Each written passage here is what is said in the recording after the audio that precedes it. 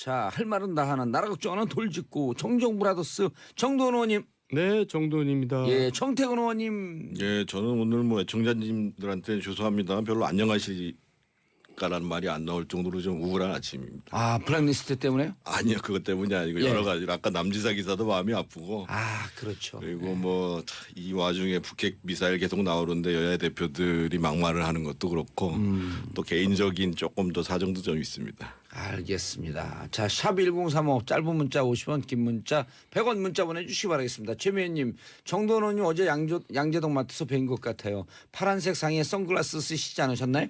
맞습니다. 딱 걸렸어. 양재동을 왜 갔어요, 근데? 아니 코스트코. 아, 양재동 코스코. 그런 상점 얘기를 막 해도 되나? 아이, 관계없어요. 요새 못해갖고 자르려면 자르라 그러지 뭐. 자, 2857님 봉주 파티 로고 정말 최고예요. 귀에 쏙쏙. 알겠습니다. 자, 아까 우리가 1, 2, 3부에서 최반장 시간에 블랙리스트 했는데 내용을 잘 다루지도 못했고 깊이 못 들어갔어요. 다른 기사들이 많아갖고. 정도원 의원님. 네. 근데 그 어떤 정부에서도 이제 편향적인 인사를 하듯이 또 문화예술계 지원도 편향적으로 해요. 근데 정도의 문제가 이제 있겠죠. 근데 우리가 이제 바람 피우는 것보다 바람 피다 들키는 게 더 나쁘다 그러잖아요. 그러니까 이거는 들킨 겁니다. 그러니까 카톡을 바람 필 때는 카톡을 지웠어야 되는데 카톡을 안 지우고 그냥 남겨놓은 거죠. 그러니까 되게 뭐랄까 좀 부실하고 너무 뭐 그걸 무모하다 그럴까? 이 MB 정부 때는 너무 무모했던 것 같아요. 또 그런 사람을 국정원장을 시켰고. 오늘 한겨레 신문 보도는 조금 더 충격적이다라고 생각이 되어지는데요. 그러니까 네. 이제 국가정보원 원세훈 장관 재임 시절에 국가정보원이 MBC와 KBS를 사찰을 하고 거기 간부들을 사찰을 하고 자신의 입맛대로 방송을 재편하겠다라고 하는 문건이 나왔다는 거거든요. 예. 그래서 내용을 살펴보니까 원세훈 원장이 2009년 3월달에 그 행자부 장관에 있다가 2월이요. 2월달에 예, 갑니다. 예. 가고 그의 그 문건이 나온 시기를 보니까는 MBC는 2010년 3월이었고 예. KBS는 2010년 6월이었어요. 3월 6월이요. 근데 이제 그 사이에 KBS, MBC에 무슨 일이 있었냐면 KBS 같은 경우에는 2009년 11월 그 전에 11월 달에 김윤규 사장이 취임했습니다. 그리고 KBS요. 예. MBC는 2010년 3월 그 문건을 작성했다고 예. 하는 네.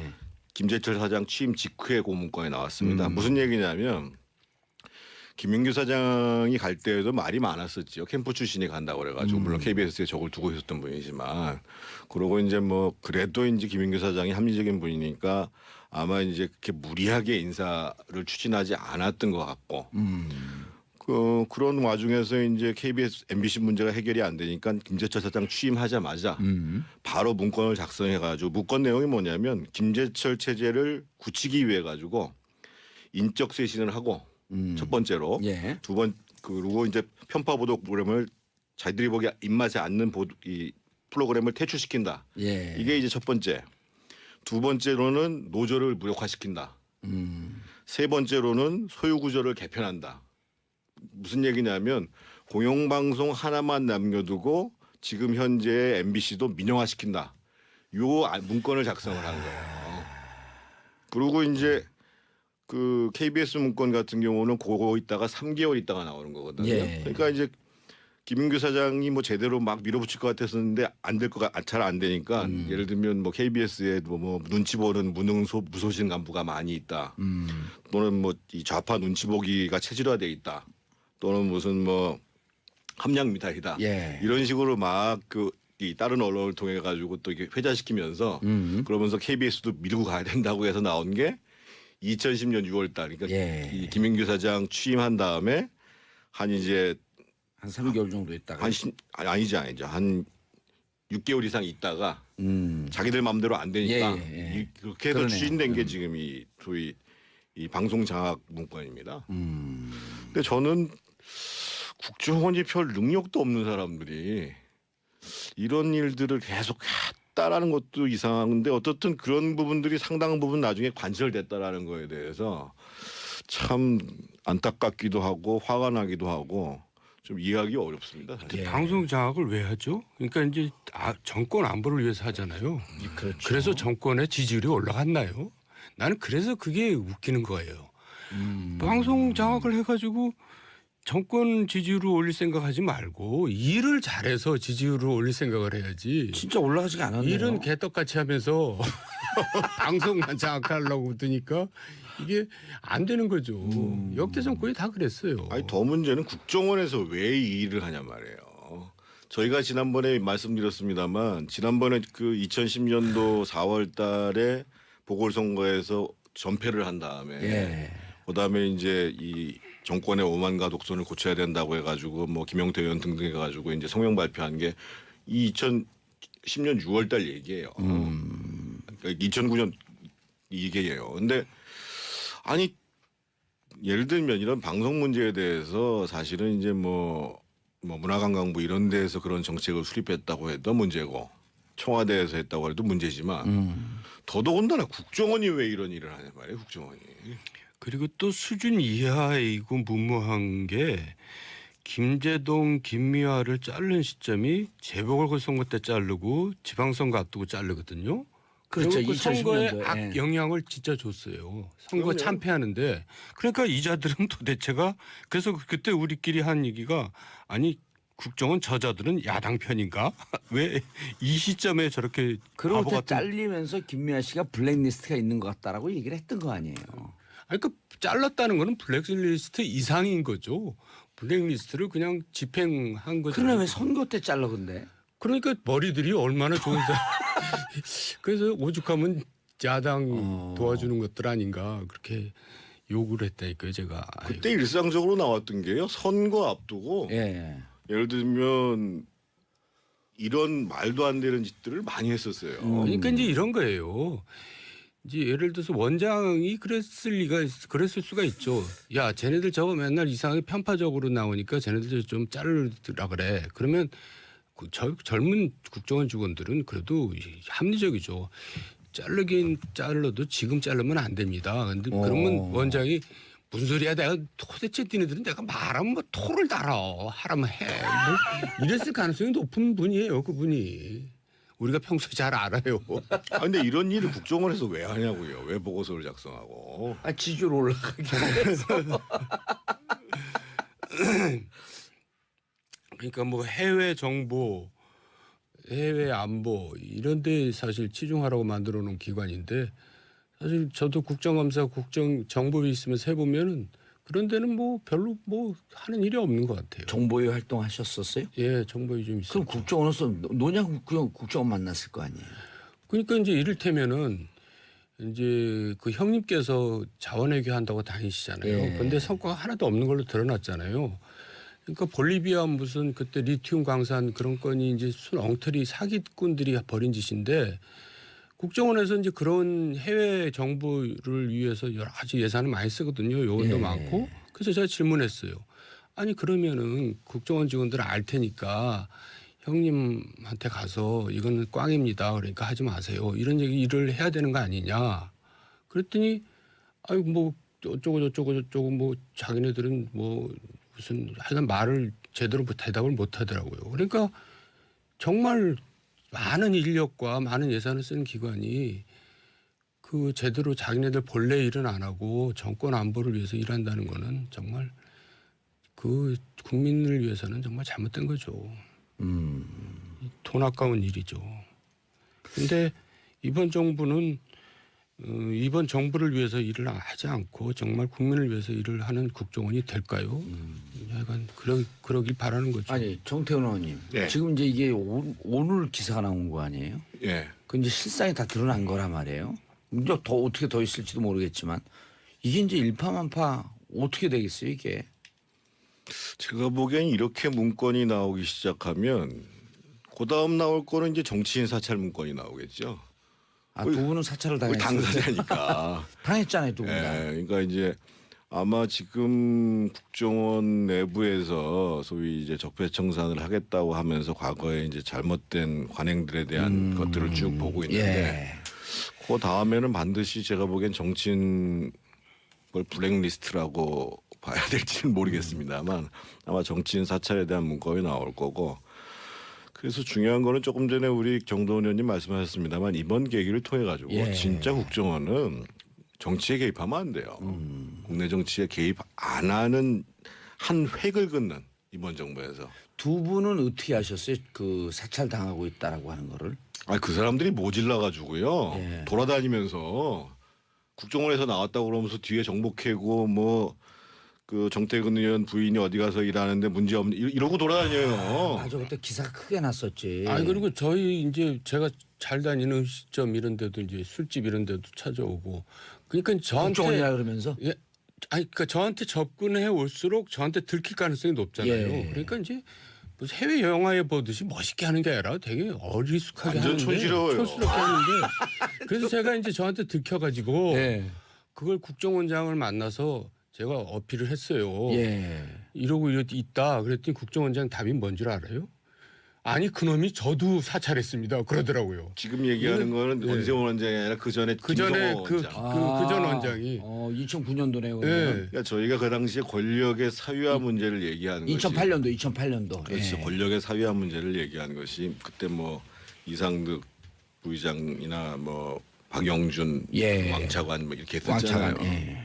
그러니까 이 사람들이 이제 곳곳에다가 그러니까 뭐 청와대는 말할 것도 없고 총리실, 부처, 경찰, 검찰, 국정원 이런 데에 이제 자기 세력을 형성한 거죠. 그 오죽하면은 그 지금 원세훈 원장 전 국정원장인데 김성호요. 자기를 사찰했는데 그 사찰한 국정원 직원을 자르지도 못하는 국정원장이었어요. 아니요, 잠깐만요. 예. 김성호 법무부 장관이 예. 국정원장으로 옮겨갔잖아요. 예. MB 들어서자마자 예. 옮겨갔고 예. 지금 정도원 의원님을 사찰한 그 국정원 직원을 예. 잡은 다음에 예. 신원을 파악한 다음에 예. 국정원장한테 항의를 했더니 예. 그놈이 저도 사찰했습니다. 예. 아니 국정원 직원이 국정원장을 사찰한 거 아니에요. 예. 그럼 그런데 잘라야 될 거 아니야. 못 잘라요. 이 국정원 직원은 이상득이나 박용준 그렇죠. 이쪽 나와바리. 그렇죠. 그러니까 죄송합니다. 나와바리. 코미디입니다. 흥분해갖고 나와바리라는 얘기가 네? 나왔어. 아니 괜찮아요. 그 당시에 솔직히 얘기하면 국정원장뿐만 아니라요. 그러니까 자기 권한을 행사하지 못하는 사람들은 그 소위 이제 권력을 사유했다라는 사람들의 눈치를 봐서 자기 밑에 있는 직원 인사를 제대로 못했다니까요. 그분들이 낙점을 해줘야만 내가 직원을 마음대로 하고. 그럼요. 야 만사형통이란 말이 그냥 만들어진 얘기 아니었었네요. 그럼 그때 당시에. 그럼요. 그리고 그 사람들은 국정을 장악해서 뭐 그랬냐면 이권을 많이 챙겼죠. 그러니까 제가 오죽하면 이 사람들은 정권을 잡은 게 아니라 이권을 잡았다 이렇게 얘기를 하죠. 그러니 뭐 그러면 자원 외교라고 하는 것도 결국은 무슨 국가의 그 해외 자원 확보 이런 게 아니고 결국 거기다 이권 때문에 그게 워낙 덩어리들이 크니까 이제 아이템을 그렇게 잡은 거고 뭐 명분은 그렇듯 하잖아요. 근데 명분도 사실 우스꽝스러운 겁니다. 자원외교라는 것 자체가 난센스예요. 자, 내가 당신네 나라 자원 사러 갑니다. 근데 꼭 사야 됩니다. 그리고 이게 누가 사러 가냐면 대통령 형이 사러 갑니다. 이렇게 하면 어떻게 되겠어요? 그 어떻게 나라는. 되겠죠. 예, 그러니까 이게 촌스러운 겁니다. 자원외교는 은밀하게 그냥 상대방이 잘 모르게 해야지 되는 거거든요. 중국과 일본 하는 거 보니까 뭐 20년 30년 계획으로 계속 인맥 넓혀가고 물건 안 사고 그러면서 사람도 관리하고. 그러니까 근데 두 가지 측면을 다 봐야 될 것 같습니다. 그러니까 지금 실제로 2008년에 보면은요. 예. 보통 이제 원유값이 배럴당 뭐 텍사스 중진류 같은 경우가 140불까지 올라오고 막 그때 이랬거든요. 폭등했죠. 그러니까 이제 국가적으로 사실은 자원을 확보하는 문제가 굉장히 중요한 문제였고 그것은 이제 그 지금 정도원 의원이 얘기하는 것처럼 외교의 차원이 아니라 실제로 이것이 국익과 돈이 되는 거냐 경제적으로 되느냐. 예. 그러니까 이제 우리가 유전을 산다라고 하는 것은 무슨 뭐 우리가 이 소위 자주개발률이라고 그래서 우리가 스스로 개발할 수 있는 원유가 얼마큼 있냐 아니냐 이게 중요한 게 아니라 실제로 투자한 거 이상으로 돈이 되는가 이 문제를 따졌어야 되는데 예. 그런 그 자원상에 이제 위기가 올 수 있다고 하니까 이분들이 가가지고 MOU만 계속 맺는 거예요. 그랬더라고요. 그러니까 MOU는 사실은 지금도 우리 둘이 앉아가지고 MOU 맺고 이거 한번 하자고 떠들 수는 있지만 아무런 구속력이 없는 거예요. 그럼요. MOU 했다고 그냥 아무 일도 없었던 듯이 끝나는 게 더 많잖아요. 그래서 문제는 정말 실속 있게 자원 국가적 이익 차원에서 자원을 확보하지 못한 게 하나 문제이고 또 한 가지는 그거를 빙자해서 사실은 개인의 이권을 잡거나 주가 조작도 하고 또 주가 조작을 하거나 이런 경우 때문에 그러니까 상대적으로 사실은 박근혜 정부 이 정부도 신경을 써야 되는데 사실은 지금 자원 정책에 대해서 별로 신경을 못 쓰게 되는 거거든요. 알겠습니다. 이 국정원 MBC KBS 장악 문건 파장 어디까지 갈 것 같아요? 결국 MB를 향하고 있는 거예요. 제가 볼 때는. 근데 원세훈 국정원장이 이건 그 대통령 시켜서 했습니다. 이렇게까지 할까요? 그러니까 못 하잖아요. 계속 파다 보면 이제 뭐가 걸려들겠지 하고 계속 파는 거죠. 근데 문건 자체로는요. 그러니까 얼마 전에 뭐 민주당에서 이제 무슨 방송 개편 문건 나왔었잖아요. 그래서 이제 그거 이제 기조실에 두고 전문위원회 썼다고 얘기하는 것처럼 문건 자체로서는 문건을 작성한 해당 부서와 그거를 총괄하는 사람들의 책임일 거고 저희가 누누이 말씀드립니다만 어떻든 뭐 대통령과 관련해서는 명백한 증거가 나와야 조사가 가능한 것이 아닌가. 예. 그리고 이제 뭐 그런 측면에 있어서는 또 조사에 대한 부분도 신중할 필요가 있는 거고요. 알겠습니다. 김중환님 국정원이 누구 편이어야 합니까? 여야 정치인이 아니라 나라 위에 일해야 하는 것 아닙니까? 맞는 말씀입니다. 답답합니다. 샵 1035 단문 짧은 문자 50원 긴 문자 100원 문자 보내주시기 바라겠습니다. 자 중요한 건이 또 있죠. 김명수 대법원장 후보자. 문재인 대통령 성명 어떻게 보셨어요? 저는 뭐 대통령께서 잘 말씀하셨다고 봐요. 그러니까 뭐 오늘 신문 기사들 보면 대통령은 호소를 하고 예. 여당은 읍소를 하고 그런데 아직도 야당은 싸늘하다. 뭐 이런 게 일반적인 얘기였는데 지금 정말 정치권이 큰 문제인 게요. 여당 대표, 야당 대표의 사나운 입 때문에 나라가 편치를 못해요. 홍준표, 추미애 두 대표. 예. 다행히 오늘 아침에 예. 추미애 대표가 이제 그 창당 기념식 자리에서 나로 인해서 상처를 받으신 분이 있다면 그 심심한 유감이다라고 얘기를 했는데 지금 추 대표가 어제 오늘의 문제가 아니거든요. 예를 들면 탄핵 있기 전에는 뭐 계엄령 발언부터 시작해가지고 그렇죠. 뭐 머리 자르기 제가 여기 자리에서도 얘기하고 했었잖아요. 그래서 협치를 이끌어 나가야 될 여당 대표로서의 자세를 근본적으로 수정할 필요가 있지 않겠는가. 이런 생각이고 야당은 이렇습니다. 이번에도 김명수 대법원장 인준동의안 처리 안 해주면 제가 보기에는 말이 안 될 것 같고 오히려 이런 자세로 나가라는 거죠. 김명수 그 대법원장 인준동의안 처리한다. 하지만 앞으로 인사 문제가 또 다시 재발하면 예를 들면 지금 인사 추천을 하고 있는 또는 검증을 하고 있는 조현옥 수석이나 조국 민정수석에 대해서는 반드시 인책을 요구할 거고. 그것이 받아들여지지 않으면 우리 인사협조 못한다. 오히려 이렇게 나가주는 게 낫다는 거죠. 조건을 명확히 걸고. 예. 그리고 대법원장은 통과시키고. 지금 계속 공백 상태가 오래갈 수가 없는 거잖아요. 자유한국당은 반대 뜻을 분명히 했잖아요. 반대해도 지금 제가 보기에는 뭐 국민의당 바른정당에서 동의하면 되는 거 아닌가요? 그렇죠. 바른정당도 반대 뜻을 표했고요. 그러니까 국민의당만 지금 애매하게 다시 그 헌재 소장 이어서 대법원장까지 가면 좀 부담스러운 거 아닌가? 그러니까 어쨌든 이번 대법원장은 통과돼야 되고요. 예. 그거를 정치적으로 해결해야지. 그렇지 못하면 여당 지도부는 책임을 져야 되는 거죠. 예. 그래서 국민의당이 요구하는 거를 물밑대화를 통해서 또 들어줘야 됩니다. 지금 이제 그 민주당 중진 간부들이 국민의당 의원들 만나서 설득하는 작업을 하고 있다고 주면서부터 기사가 나오고 있거든요. 그러니까 설득이라는 거는 그건 형식적으로 하는 거고 예. 실제로 주고받기라는 거죠. 정치라는 게 이제 협상이라는 게 결국 주고받기인데 국민의당이 원하는 게 뭐냐? 그럼 그거를 좀 조절해서 들어주고 그렇게 해야죠. 제가 뭐 구체적인 것까지는 얘기를 못 하겠지만 저는 바른정당도요. 그러니까 제가 이제 그 김명수 대법원장 후보 이렇게 인상을 보니까 그분은 천상 법관이더라고요 보니까 얼굴 표정이 딱 이렇게 써 있더라고요. 온 가족이 또 법관이에요. 그래요. 예. 그래서 그걸 반대하기보다는 아까 제가 다시 말씀드립니다만 사실은 지금 인사사고가 많이 난 많이 거거든요. 났죠. 일부에도 끝난 거예요. 맞아요. 박성진 장관 후보까지 예. 해가지고 그러면 그 문제에 대해서 분명히 쐐기를 박으면서 이번에는 협조를 해주는 것이 맞지 않나 이렇게 생각합니다. 바른정당도. 그럼요. 알겠습니다.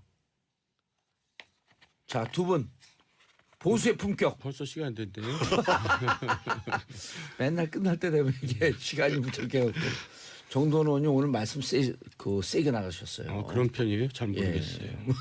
세게 해야지 시청률이 올라가는 거 아니에요? 예, 알겠습니다. 두 분 인사하시고요. 네. 보수의 품격 정도원 의원님, 정태근 의원님 함께했습니다. 인사하시고요. 예, 또 수고하세요. 뵙겠습니다. 예, 저는 내일 10시 5분에 다시 찾아뵙겠습니다. 좋은 하루 되세요. 감사합니다.